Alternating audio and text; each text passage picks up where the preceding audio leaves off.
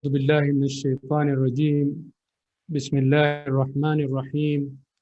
الحمد لله رب العالمين، والصلاة والسلام على رسول الله وعلى آله وصحبه ومن والاه. أما بعد، السلام عليكم ورحمة الله وبركاته.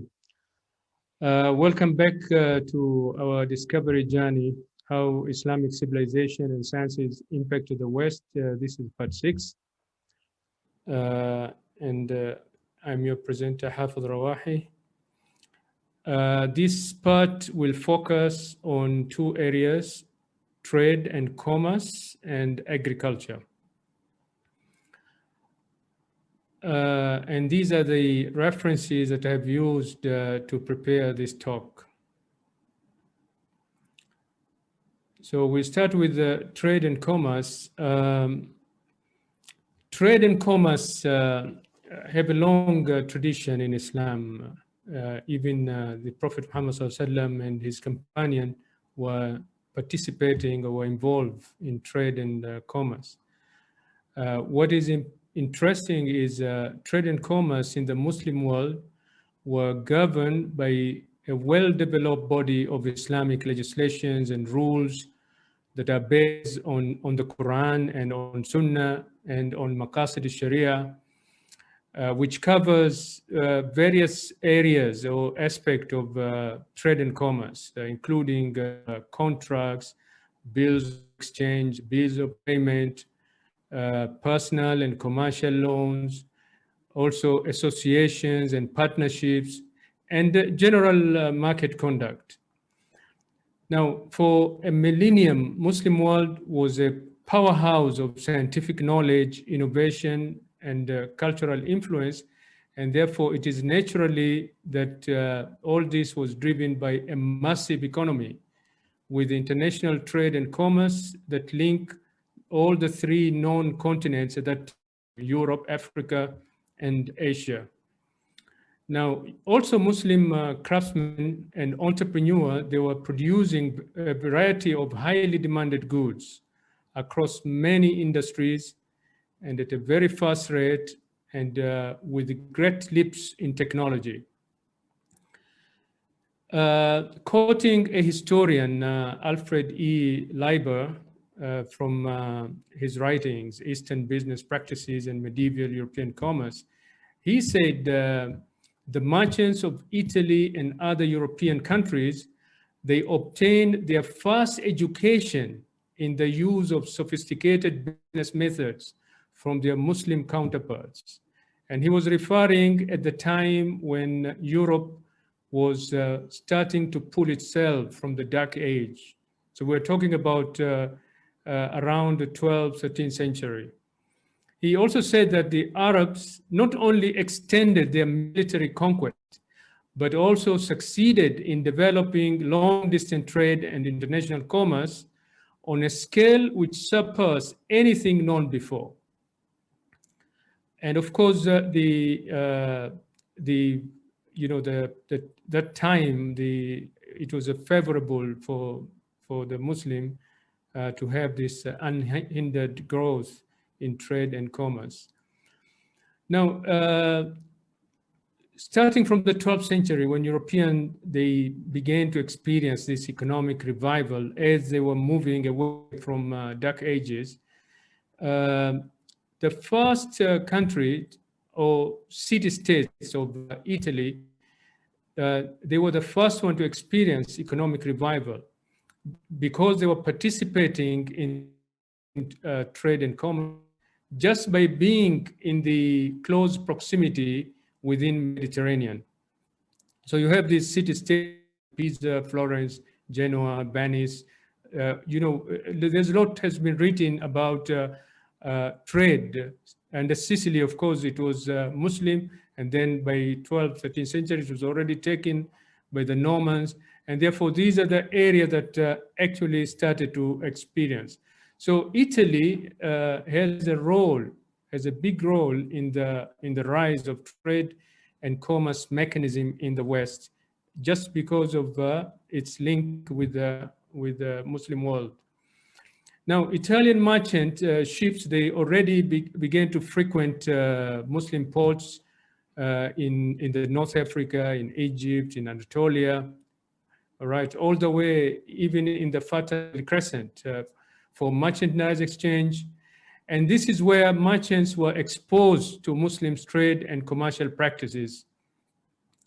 But more important, it was the introduction of the Arabic numerals and the decimal system and the Arabic accounting system. And it started in Italy, and then it went to the rest of Europe through intellectuals like Leonardo Fibonacci and others. This had more impact on the European trade and commercial practices because now they could, you know, they could organize their trade and commerce in terms of bookkeeping. This is the time when they introduced double entry bookkeeping, calculations. They could do easy calculation for money exchange, easy calculation for weights and measures, for profit margins and proportions. It made life easier with this Arabic numerals and Arabic accounting system. Merchants that were arriving in a Muslim port, which were already well organized, they had to go through the bureaucracy of custom clearance, which was part of the public bureaucracy of public civil and fiscal administration system, which was referred as the Royal Diwan. And they obtained first-hand experience into advanced methods of Muslim trade and commerce. And now European business vocabulary began to reflect Muslim trade and commercial concepts and tools, with the terms like contracts, revenues, expenditure, tariff, checks, and many of these terms. And they develop Latinized versions of the original Arabic terms, and soon they came into everyday use in the medieval European trade and commerce. You have examples here of European business vocabulary that has been adopted directly from Islamic trade and commercial practices. And you have these, different versions, because you have many in the modern European languages, the same word, it could have slight different spelling and slight different pronunciation. But all these terms, originality, they come from Arabic. For example, tariff, it comes from tarif, and the traffic, it comes from tafriq, or distribution. Check, it comes from saq, and magazine, or you have different versions of that. It comes from makhazin. And there are many more. These are just some examples. You have this term that is used, tear weight, which comes from tarha, caliber, simsar, essentially, and you have different version depending on from where it was adopted, whether from Italian first or from Spanish areas. Also, the Muslim contributed in the development of civil and financial administrative structures in Europe, starting with the Norman rulers who conquered Sicily from the Muslims. They adopted the best administrative practices and institutions that were inherited from the Muslim administration in Sicily. And they incorporated them into the Norman system, and they applied them in the administration of all their domains. And the Normans, they controlled many areas in Europe at that time. So they were, they had kingdoms in Sicily, part of Italy, in Anatolia, in France, in England, and even in Germany. Again, quoting a historian, David C. Douglas, in his book, The Norman Achievements, he said, monarchies established by the Normans control the best organized kingdoms of Europe. This success was, however, not due merely to the fact of conquest, but it derived also from a particular administrative policy, which was everywhere adopted by the Normans in all the states they governed. The Normans were concerned to give fresh vitality to the administrative institution which they found in the conquered lands. Now, just to give you an example, the English exchequer that was introduced in England in the 12th century by Thomas Brown. Also, he carries Arabic title, Qaid Brown, who had served King Roger II in Sicily, where he learned and mastered the Sicilian exchequer, which was part of the royal diwan, which was part of the Muslim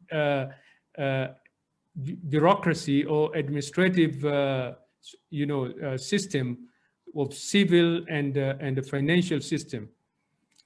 The exchequer consisted of a complete national treasury accounts that calculated and recorded government revenues and expenditures using the Arabic numerals and Arabic accounting system. So today we're looking at the English exchequer as an example, but actually its roots, it comes from the Arabic system.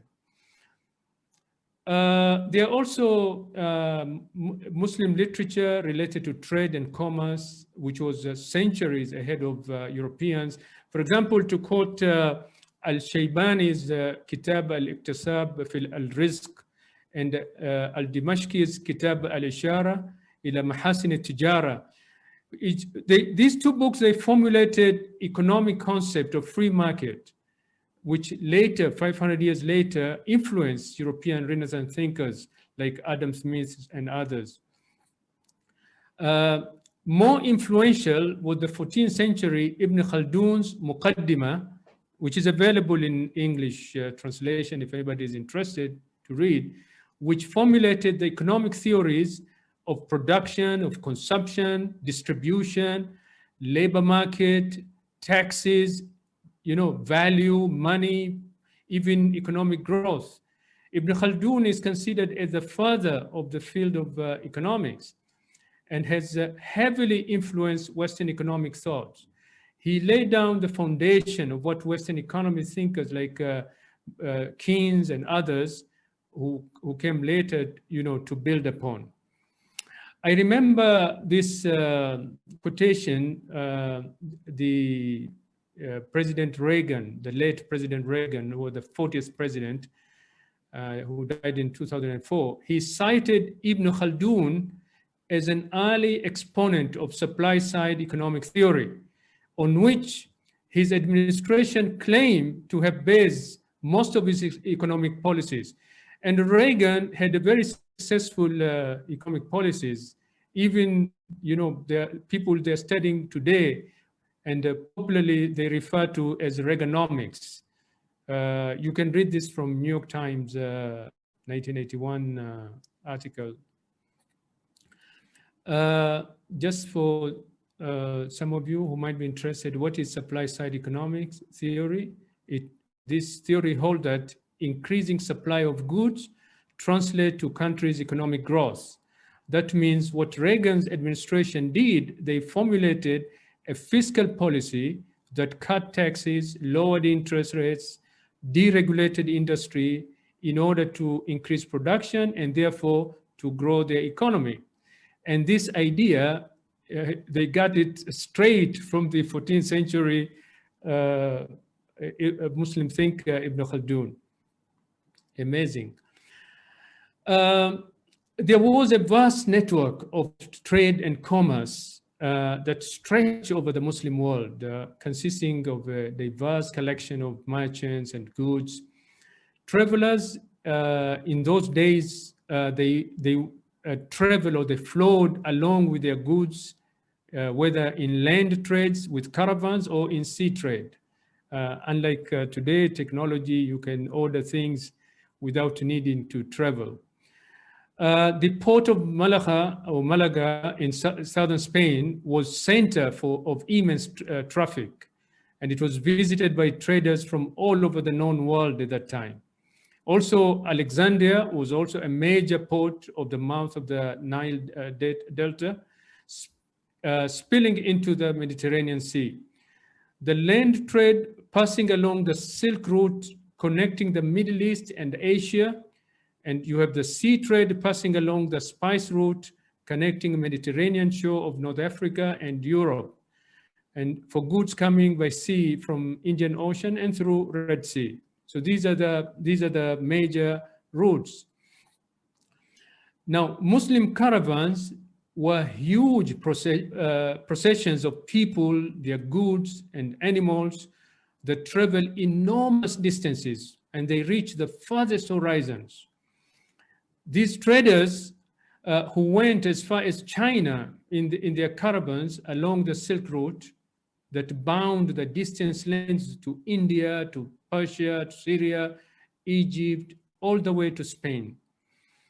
And the traders exchange commodities of every country, so it gives opportunity people to, as they move, to buy and sell along the way. So they exchange things like silk, jewelries, pottery and glass, textile, weapons, soaps, carpets, all sorts of things. There were service stations also called caravansaries along the roads at interval of 30 kilometers that facilitated trade caravans to stop and rest. Muslim caravansaries gave way to the idea of modern hotels today. Except the caravansary, they were operated as charitable foundations, and they provided the traveler with the shelter, food, medical facility for currency exchange, and of course entertainment, because they will stay sometimes for a few days. In the Muslim world, the use of gold and silver coins, dinars and dirhams, was the official mode of payment everywhere.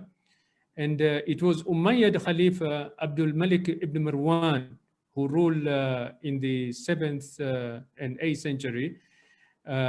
He was the first Muslim ruler to actually mint his own currency to keep his rule independent from Byzantium. And he also wanted to unify the whole of the Muslim world with a single currency. So this idea of a single currency, it is not something new. It was a millennium years ago. But when stepping outside the Muslim world, the transactions were a different story. Ibn Battuta, the 14th century Muslim traveler, he wrote that the Maldives use cowrie shells, and China uses special paper as a form of money. Also, it's interesting to know that a banking system started during the reign of the Abbasid Caliph Harun Rashid. Use of sukuk or sak or check, Arabic for a written promissory note to own a payment or a check. In fact, some people, they say the use of check, it started all the way during the time of Sayyidina Umar, because he paid using, as a promissory note, using check. But during the time of Caliph Harun Rashid, this was well organized, because a businessman could cash a check in China, in Guangzhou, China, that was drawn on his bank account in Baghdad. The coin that you see at the bottom, these are gold dinar coin. They bear the Islamic testimony of faith, Ashhadu an la ilaha illallah wa ashhadu anna Muhammadan Rasulullah. And it was made for King Offa of Mercia, England, who reigned about the same time as Khalifa Harun Rashid. So he was his contemporary. So it shows the importance of these gold dinars. Even some of the Western kingdoms, they adopted. Among the important commodities in the Muslim trade and commerce, it was carpets. And the carpets were made before Islam by Bedouin tribes of Arabia, Persia, and Anatolia. And they were used for various purposes. You can see as tents, as sheltering from storms, as a floor covering, many different areas, different usage of carpets. Now, carpets were held in high esteem and had inspired Muslims over a millennium for good designs, colors, materials, and different weaving techniques. And the Muslim carpets were highly prized, and therefore carpet making grew to become a huge industry, with producers receiving orders from all over Europe and elsewhere. Muslim carpets became known in Europe for their quality, for the good material, for their intricate design, and for their colorful and beauty. And they were expensive too, due to this quality material they use, but also because of the skills that is needed, and artistic work and human labor that is needed. But also, on the other hand, they retain value. So people, they will keep this carpet in order to retain to keep or to store their wealth. In Europe, Muslim carpets, they caught on quickly, very early on.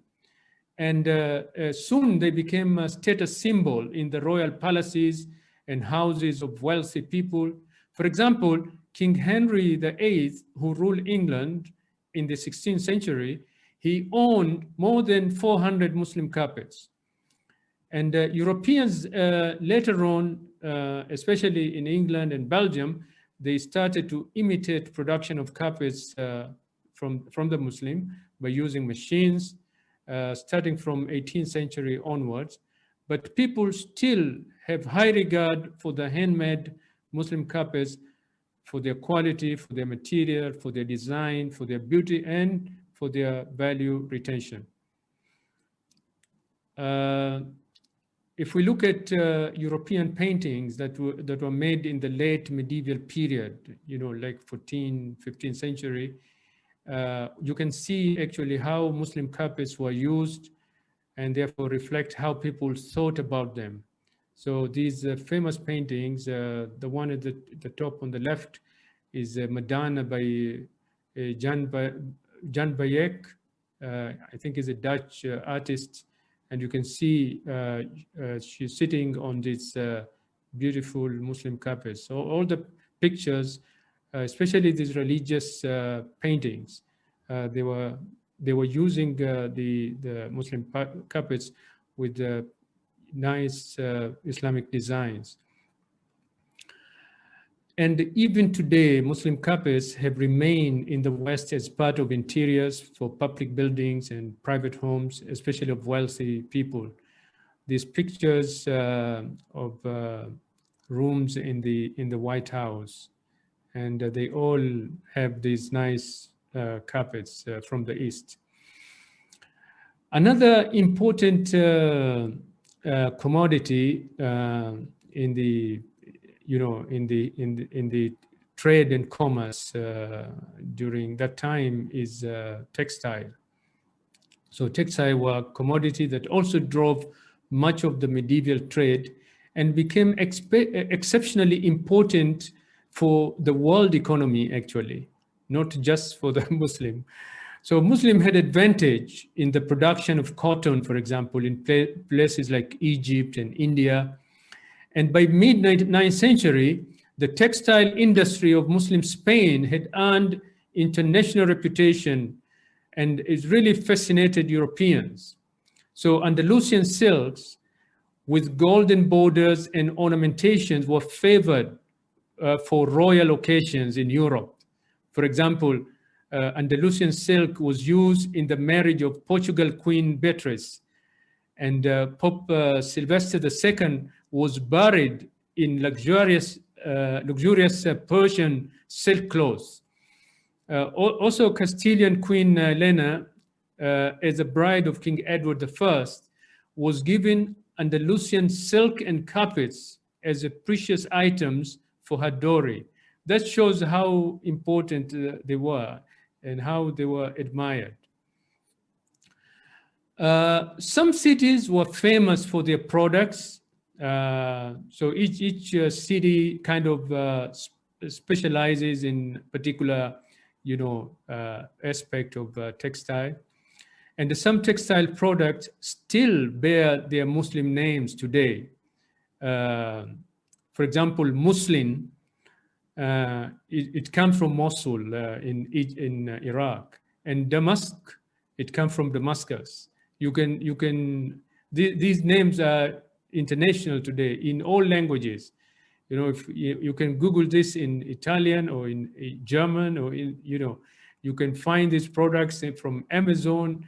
If you put Damask, or if you put baldaquin, or gauze, you will get a lot of products return on this.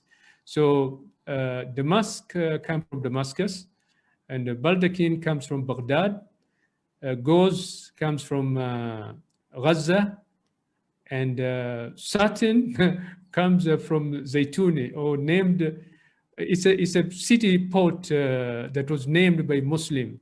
The port is in China, but this is where they imported the material from. And fine silk and velvet also came from Turkey and Bursa, and was famous. Bursa was famous for its silk weavers who produce stunning textile and pieces for interior decorations, and that was used in royal palaces. Another area that is important is pottery. For more than a millennia, Muslim lands produce some of the world's finest ceramic and pottery that were traded for multiple purposes. So people, they use this as ornaments. They use to clad walls, which we still do it today. They use for cooking, for serving food, and for all different kind of things. And there were pots that were glazed, and there were some that were unglazed, but always decorated with beautiful and colorful floral calligraphy and motifs. In the East, ceramic and pottery centers were concentrated around Baghdad and Samarra in Iraq. And the ceramic and pottery artisans in Iraq developed their own unique processes of producing them, and they metallize, the ceramic. They look like metal objects. In the West, ceramic and pottery, they concentrated in Spain, in Turkey, and also in North Africa, places like Tunisia and Morocco in particular. Now, in the 12th century, Spanish Muslim replaced Byzantine mosaic, which was, until that time, it was the main product that was used, to clad buildings. It was used in, as a media of art. So they replaced that with ceramic tiles, and the favorable colors are blue, red, and white, and they covered with geometric design, also with the floral and with the calligraphic patterns, as you can see. Turkey was also a thriving ceramics and pottery center because of the craftsmen crowded at cities like Konya, Bursa, Iznik, and many of these artisans, they moved to Turkey when Mongols invaded Iraq. So some of the artists that were in Iraq, they moved to Turkey. So a typical Iznik decoration was painted on a slip in cobalt blue, turquoise, green, and red, with popular flowers they use for either rose or jasmine or carnation or tulip. You can see the picture at the bottom. Also, 13th and 14th century, Syria and Egypt were great centers of glass industry. Muslim had inherited the famous Roman glass industry in Syria and Egypt during the Byzantine rule. But the Muslim, they advanced it, with their science and innovations and technology, they advanced the techniques. So among the three known techniques, they have this double stamping, in which decorative designs were pressed onto hot glass. As you can see the picture in the middle, and then you have a free-form glass blowing with a thread decoration, as you can see the picture on the right, top right, or mold blowing, where liquid glass is blown into a prepared mold, and then engraved, and cutting is done by hand or by a wheel. This glass object that you see at the top, like a vase, I got this picture as I was preparing for this talk. I Googled this, and it says this object was sold for 200,000 pounds. This little vase. Just as a sort of a rare object to reflect on, to appreciate the artwork that was done in the past. Samarra also in Iraq, they had the glassmakers, and they were renowned for making small bottles for things like perfumes, in fruit shapes, and they have this in green, in blue, and in yellow glass. Excavations at Al-Fustat, the old Cairo, indicate that from the 8th century onwards, Cairo, Egypt must have been a center of production of fine glasses in variety of colors. Some of the most sophisticated Egyptian glass vessels were decorated with the luster or the shiny metallic effect, and made by painting copper or silver oxide on the surface. And in the West, cities like Almeria and Murcia, Malacca, in Muslim Spain also, they had reputation for producing fine glass. And it is understood that in the 9th century, Abbas ibn Firnas is the one who introduced this glass industry in Spain. So this is an area related to trade and commerce. And now we're going to move into area of agriculture.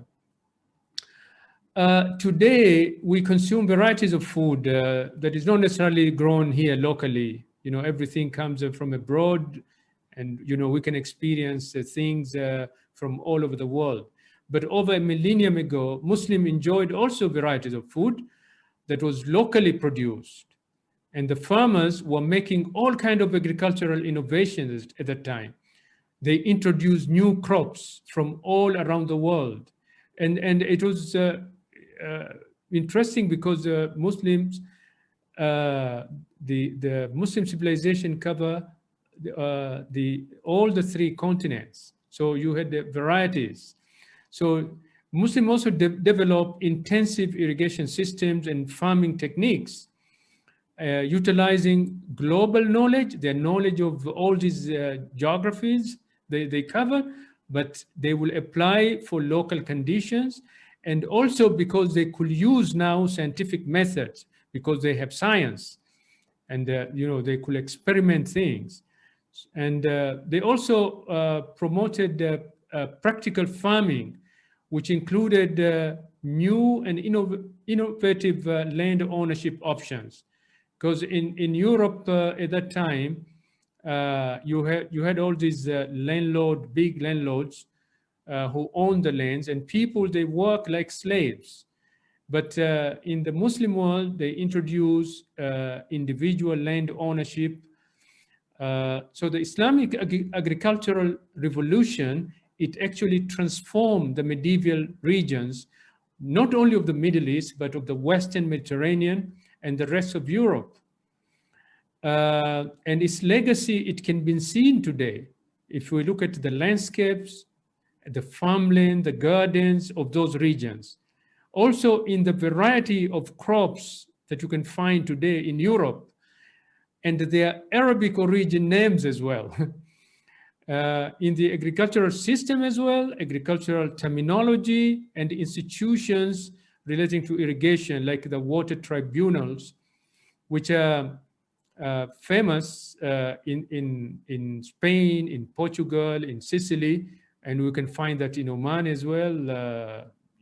We have these water tribunals related to affluage, and you can find that also in the Philippines, even in North and South America, where it was introduced by the Spaniards.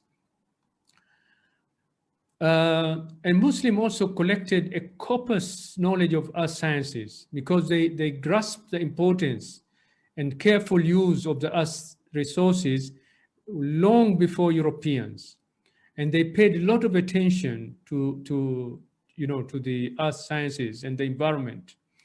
Therefore, Muslim scientists, they investigated, they classified, they documented information about almost everything: rocks, soils, flora, fauna, domestic and wild animals of every region.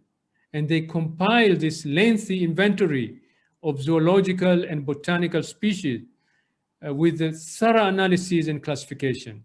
This huge corpus of knowledge of our sciences helped to advance agriculture and animal husbandry. Also, Islamic civilization was truly a civilization of travelers, whether for trade and commerce, but also more important for pilgrimage, or which combine the two. So Muslim combed the known world for knowledge and information, related, environment and related to earth sciences. And this is what really helped them to produce this huge agricultural knowledge base and manuals as well. They produced a lot of books and manuals related to agriculture. These were spectacular cultural union of scientific knowledge from the past and the present, all the way from the Levant, from North Africa, from Persian, and even from India, China, and Andalusia. The Muslim world was a large unified region which was very receptive to new ideas at that time. People were very much open to new ideas. And also they had the infrastructure to diffuse these new ideas easily. Wherever they start, something could start in Spain, but in a matter of a month, you will find it spread across the Muslim world. And the attitude, the social structure, the institution, the infrastructure, and the traveling, and the scientific progress, the economic development, all of this played a part, not only in agriculture, but in many other industries and in trade and commerce in general. So with this vast array of knowledge coming from a diversity of geographic areas, Muslim, they reared the finest horses and sheep. They cultivated the best orchards, grains, fruits, and vegetables. And they knew how to fight insect pests, how to use fertilizers, how to irrigate effectively. And they were experts in crop rotation, grafting trees, and cross-planting trees to produce new varieties. So these ideas are not new. These ideas, they have been with us for a millennium. In the ancient Mediterranean world, so in Europe, mainly winter crops were grown, and each field will give only one harvest every 2 years. And that was before Muslim arrived in Andalusia and Sicily with new techniques of crop rotation, irrigation, as well as new crops from other parts of the Muslim world. So with the Muslim introduction of new farming techniques, they were able now to produce 4 harvests each year. and they could produce, they could do this with the numerous crops. Free movement of people from very different climates and agricultural traditions facilitated not only the diffusion of crops and plants, but also the know-how on how to grow them. So Muslim agriculture was also advanced by the fertile intellectual climate of scientific inquiry, because science and experimentation, among the botanists and agronomists, it really helped, to advance, and therefore Muslims introduced many of these new things into Europe, which were not available before. Muslims introduced new crops, mainly fruits, grains, and vegetables, but also plants that were used for other uses, like for fibers, spices, beverages, medicines, dyes, for perfumes, for cosmetics, even timber and fodder, okay, as well as the flowers, garden flowers and ornamental plants. Subtropical crops like bananas, coconut, and mango were introduced in the European coastal regions, and these crops have survived today in the Canary Islands of Spain. When we say we introduce things, many people now, they kind of forget. For example, tulip is one of the most important flower in Holland. And they export probably in millions to the world. But actually this flower was introduced by the Muslim. Other new crops that were introduced by Muslim in Europe, including rice, sugarcane, citrus fruits, peaches, pomegranates, apricot, artichoke, all of these, even silk production, saffron, spinach. Some of the European countries have become exporters, producers and exporters of this product, especially Spain and Portugal and Italy, Sicily. So at the peak of Islamic agricultural revolution, reported by various 9th and centuries writers such as Al-Jahiz and Ibn Rusta and Al-Sari, and they were talking about variety of products to save the same crop. For example, there were 360 types of dates in places like Iraq. There were 78 kinds of grapes, 36 types of pears, all right, or 28 types of figs. All right, this is just show how robust the agriculture at that time. These are examples of European names of vegetables and fruits that have Arabic origin, because they come from from the Muslim world, and they were introduced in the West by the Muslim. Like interesting, like oranges, they come from naranj. Now there are some Omanis here using this naranj, but maybe this, I'm not sure whether it comes from Arabic or it comes from Persia to Arabic. But things like tamarind, which is tamarhind, saffron, za'afaran.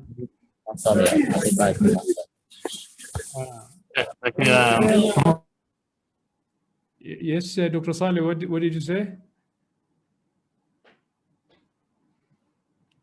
All right, just to give you a story of orange and citron fruits, this, I read this from Al-Masudi. He's a 10th century Muslim traveler and historian, and he wrote about the introduction of orange and citron trees to Europe. He said the orange tree, or Shajarat al-Naranj, and the citron tree, Shajarat al-Utruj al-Mudawwar, were brought from India around 10th century, and were first planted in Oman. And then from Oman, they were carried via Basra into Iraq and then Syria. And in a very short time, they became popular in the gardens of the people of Iraq and Syria and other frontier coastal towns. Very quickly, the trees were sprouting up over Antioch in Turkey, Palestine in Egypt, and later Andalusia and Sicily. And today, Oman imports oranges from Egypt and Spain.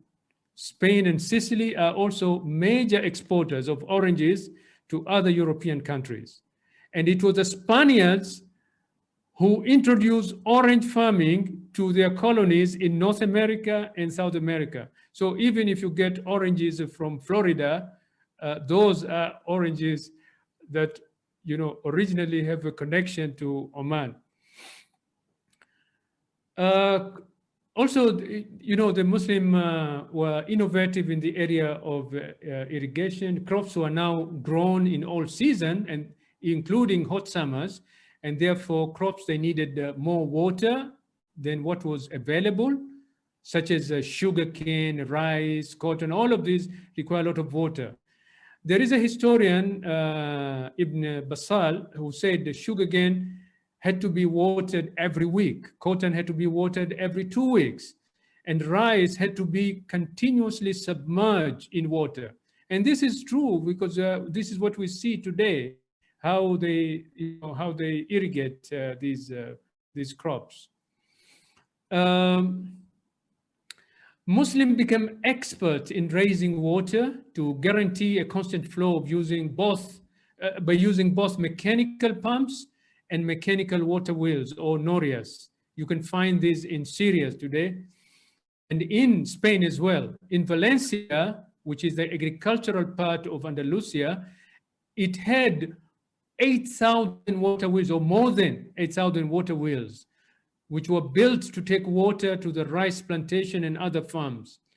And Muslims built upon the traditional use of animals to power machineries, but also they devised advanced mechanical gears and wheels, and dug underground canals, these fallages and canals, to take water through harsh, barren deserts.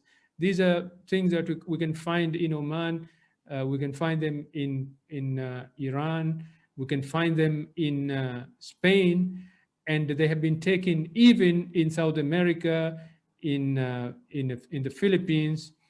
So for the water to make it to the field, you know, the level of irrigation system had to be correctly calculated. And the Muslim had advantage because they had this knowledge of mathematics, of astronomy, or science of botany and zoology. It all helped. And water disputes were resolved through water tribunals. We already talked about that, which administered by farmers themselves. And this concept of water tribunals, it was taken to other parts of the world. Okay, so the water tribunal in Spain and in Portugal, this is something, a regular thing you can find even today. All right, and this is the way they resolve disputes. The last important factor of Islamic agricultural revolution that resulted in the boom in food production was the development of this new and vigorous system of land ownership.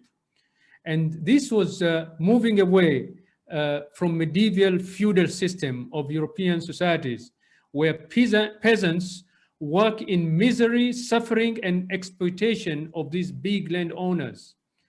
But farmers in the Muslim world could now work freely for themselves, their families, and their communities, because individuals had the right to buy, to sell, to mortgage, to inherit, to rent a farmland, and directly benefit from the output produced from the land. And this was something quite innovative because it was not there in Europe. So Islamic contracts, also recognized by the court system, enable this process, because where every transaction involving another person, whether related to agriculture or industry or trade or employment, it required signing a contract between parties. Also, for a farm or a crop to bloom, there should be not only ecological balance between nature, but also between nature, what the human intervention, what we should do. All right. And therefore, Muslim, they started systematic study of agriculture, including soil chemistry, soil erosion, hundreds of years ago. And Muslim agriculture was quite a sophisticated affair, which resulted in an ecologically friendly and very productive system, not like the system today. We are all complaining and suffering of these agricultural products that come with a lot of chemicals, harmful chemicals. The Muslim were much conscious at that time with, balancing, the environment. They had farming books or manuals that explain just about everything in details. All right. You have a list here of some of the literature. Okay, and many of these manuscripts are available, and many of them have been translated into other languages, in English and French and Latin and other languages. The one that is very interesting I want to highlight is Kitab al-Falaha by Ibn al-Awam. This is a 12th century Andalusian botanist who researched previous agricultural studies of earlier civilization of Greeks and Egyptians and the Persians, and he wrote this book, or the Book of Agriculture. This book is the most comprehensive and the most important medieval work on agriculture. And it was the first to be translated to European language. The cover that you see on the right is a French one. I read the English. The English version is available, so you can Google and you can read the English version. So Ibn al-Awam was well read in the writing of his previous experts, because he cited more than 120 authors. And his book is quite big, actually. It has almost 34 chapters, and he covered all areas. Okay, for example, he described cultivation of 585 different plants, more than 50 fruit trees. And he makes observation on areas of grafting, soil properties and preparation, fertilizers and use. So these books, even if you read them today, you'll find them beneficial. For example, just to give you an idea about the level of details, on olives, you will find this book is quite impressive because it covers all the farmer could want to know about olives, from how to grow the trees, the treatment of olive tree diseases, method of grafting olive trees, harvesting olives, to the type and properties of olive, to refining olive oil and their conditioning. In addition, the book covered all the farmer could want to know on the environmental condition for growing olive trees in terms of plowing techniques, frequency, times for sowing, and how to sow, how to water, all of these details. It also covers, very interesting, on fertilizers. The book discusses about natural fertilizers from the pigeons, which was popular at that time. And because this is environmental friendly and organic. And I think this system may be still used in Iran, because I read that in Iran, the whole of Iran's landmass is dotted with this pigeon keeping large circular towers for breeding pigeons and collecting their dung as organic fertilizers. And these towers are huge, and they are about 20 meters high, and they are made from mud bricks, and they have these pigeonholes. Maybe this idea of pigeonholes came from here. Also, Muslims, they advance in these mechanisms for dealing with water. I mentioned this before, because at that time, in most of the parts of the world, people, they didn't have running water, and people had to walk miles to a river or to a wadi or to a well to collect water using a bucket. And the Muslim introduced the idea of running water.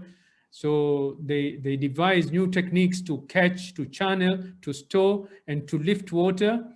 And they made ingenious combination of available devices, drawing on their own knowledge and that of other civilization.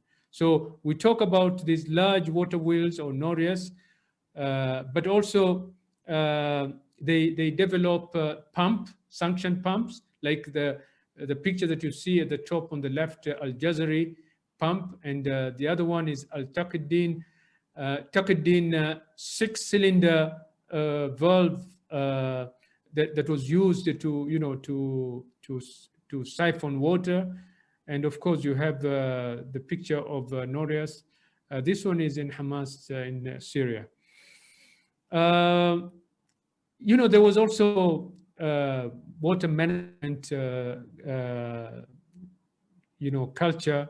Water is essential for agriculture and sustenance, and therefore Muslim inherited these traditional techniques of irrigations, which later modified and improved, and even they constructed new ones. And their engineering progress was a result of their advanced knowledge in mathematics and in hydrology. Hydrology was a field that was much older, because many people, they think hydrology is something new today. But, and Muslims, they developed a lot of machinery, for building irrigation devices. Now, 11th century Persian mathematician and engineer Muhammad al-Qaraj wrote about bringing to the surface of hidden waters, bringing to the surface. And he discussed the surveying instruments, the instrument to survey, and method of detecting sources of water, and instructions of excavation of underground is conduits or affluage, right? 14th century Egyptian historians Al-Nuwairi and Makrizi, he stressed on the role of dams and waterways for maintenance of the Nile from flooding. And they use this instrument, as you see the picture on the left. This is called Nilometer. It is in Rawada in Egypt, which keep track of the level of the River Nile. And on the right, this is the level. They can tell, the worst condition when the water is very low. People, they can go on hunger, and when it overflow, it can cause disaster. And they know the level where that will be considered as a happiness or secured position. Dams are some of the largest civil engineering structures to be built and in the Muslim world, and they played a vital role. Without dams, these floods will have ravaged lands, and there will have been no hydro energy to pump water for large-scale irrigation. And Muslims, they, because of mathematics and engineering, they knew how to build these different kind of dams, different kind of structures, and many of these have survived. And among the ones who survived, you have the pictures, Kibar Arch Dam in Iran, and there's Wadi al-Kabir in Spain. Also, Muslim, dealt with windmills. Windmills were first introduced in the Muslim world by a Persian during the reign of Khalifa Umar ibn Khattab. Soon, windmills became widely used as a source of energy to run millstones for grinding wheat, corn, and flowers, all right? And even to draw up water for irrigation. Masoudi, he wrote, he described, the region, the Muslim world, as a region, as a country of wind and sand. And the power of wind is used to drive pumps for watering gardens. So he was describing these windmills in the 10th century. This picture that you see is actually a model of windmill from Islamic civilization is on display in one of the German museums. So energy is needed to power all machines, but before oil and gas, the Muslim world, they use sustainable energy sources. And it's amazing now people also talking about going back to sustainable energy sources. Dr. Yusuf, do you want to give me 5 minutes or should I stop here?